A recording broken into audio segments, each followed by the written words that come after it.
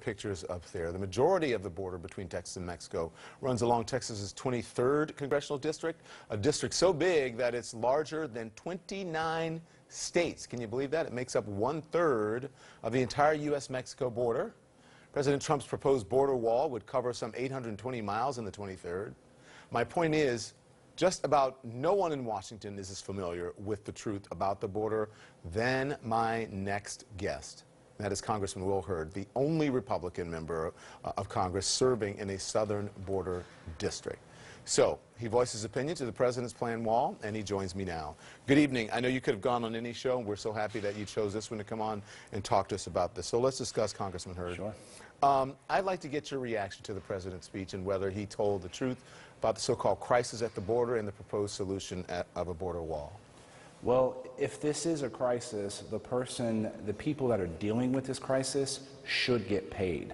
I was just on the border. I was in a town in Del Rio talking to a number of members in Border Patrol. They were concerned about having to work without getting paid. I was going through the airport in San Antonio. TSA officials are worried about getting paid. I think in your earlier segment, you talked about how important our airports are in defending our nation. Mm-hmm. And so I think tonight we didn't see anything new that we haven't already seen. And unfortunately, I don't think either side put forward any initiatives that are going to move the ball forward. There was a bright spot, though.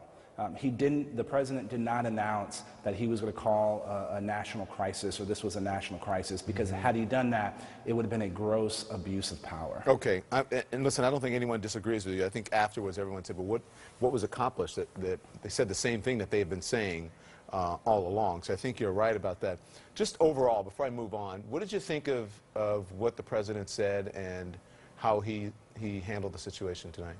Well, here's the bottom line. I've been very clear that building a 30-foot high concrete structure from sea to shining sea is the most expensive and least effective way to do border security.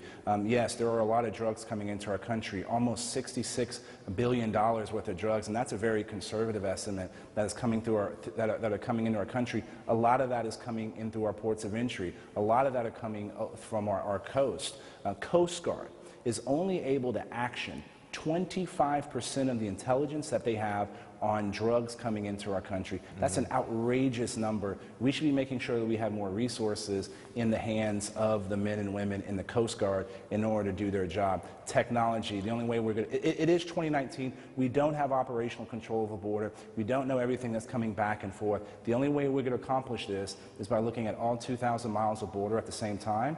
The only way to do that is with technology. We should have more Border Patrol, but there's 2,000 positions already within Border Patrol that haven't been filled. And one of the reasons they haven't been filled is there's retention problems within Border Patrol that needs to be addressed. So I would love to take some of that money and make sure that we give the men and women in Border Patrol that are doing a hard job more salary. Yeah, and so you think open the government back up and then continue to negotiate how you handle border security, correct? Look, we can open the government, we can solve this problem. You know, there's a number of ways we can deal with this. Let's go back to the President's State of the Union address when he talked about, you know, having a permanent legislative fix for 1.2 million DACA recipients and having smart border security solutions. You know, we can do that. We can add TPS in that. I mean, but is that frustrating to you because none of that happened? DACA was presented and then you had a deal before Christmas. None of that happened. That's got to be frustrating, especially as a Republican. Oh, look, it's absolutely frustrating. And we have 3.9% unemployment in this country. What does that mean? Whether it's from agriculture or artificial intelligence, you need workers. You know, this is an opportunity. These young men and women that are in the DACA category, 95% of them are working or in school. This is a way to solve our problem. TPS, the temporary protected status, in Houston alone, there's 50,000 men and women in the TPS category in construction that are helping to rebuild Houston. These are people that are here illegally. Let's make that permanent. I just want to say there's this idea that immigrants are a strain on the economy, but just so you know, listen, there's no firm data on specifically about a lot of this, but a 2017 analysis noted that undocumented immigrants make considerable tax contributions to the country. So if you get them in, as you say, we need workers, you get them to start paying taxes and they're on the record, it could actually be a help to the economy. Oh, Don, you're 100% correct about that. These are where some of the solutions and what we should be talking about. It doesn't require weeks of negotiations.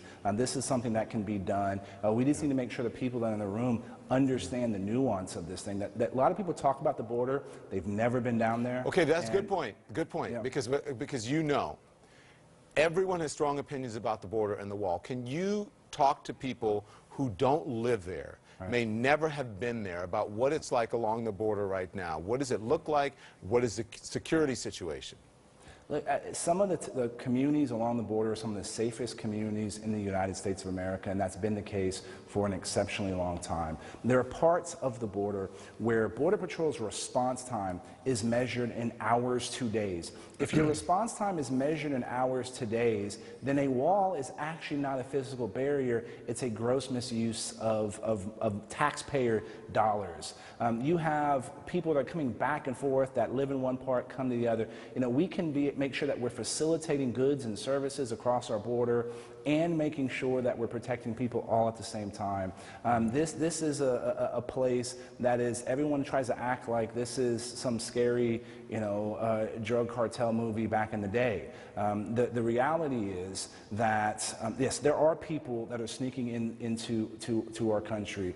We can stop that if we have smart solutions, and that's ultimately going to be relying on technology. Well, let's hope you guys come up with something that's going to work and seriously get the government back open, because people are hurting, as you have relayed to our viewers tonight. Thank you. Don, it's scary, right? Because if we don't have this done, it's not going to get done tonight.